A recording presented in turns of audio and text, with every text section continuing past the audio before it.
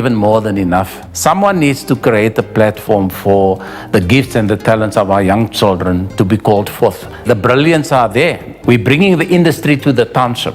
Want ons glo dat the dignity, dat elke kind kan besef dat wow, my lewe het waarde. As ons daai kan net dit kan doen, dan kry hy 'n platform vir hulle ander ontwikkeling. Natuurlik ek en my vrou Beth wat die skool saam begin het.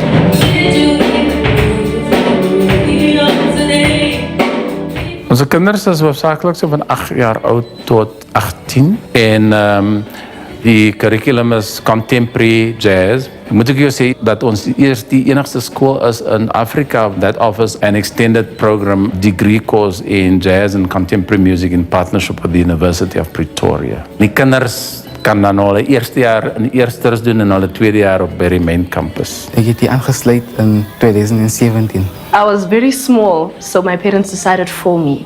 But last year was when I came back. And that's when I came back out of free will.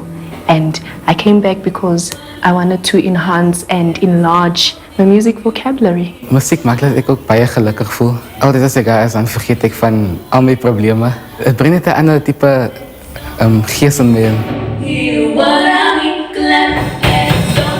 Wat is die hoogtepunte wat al uit hierdie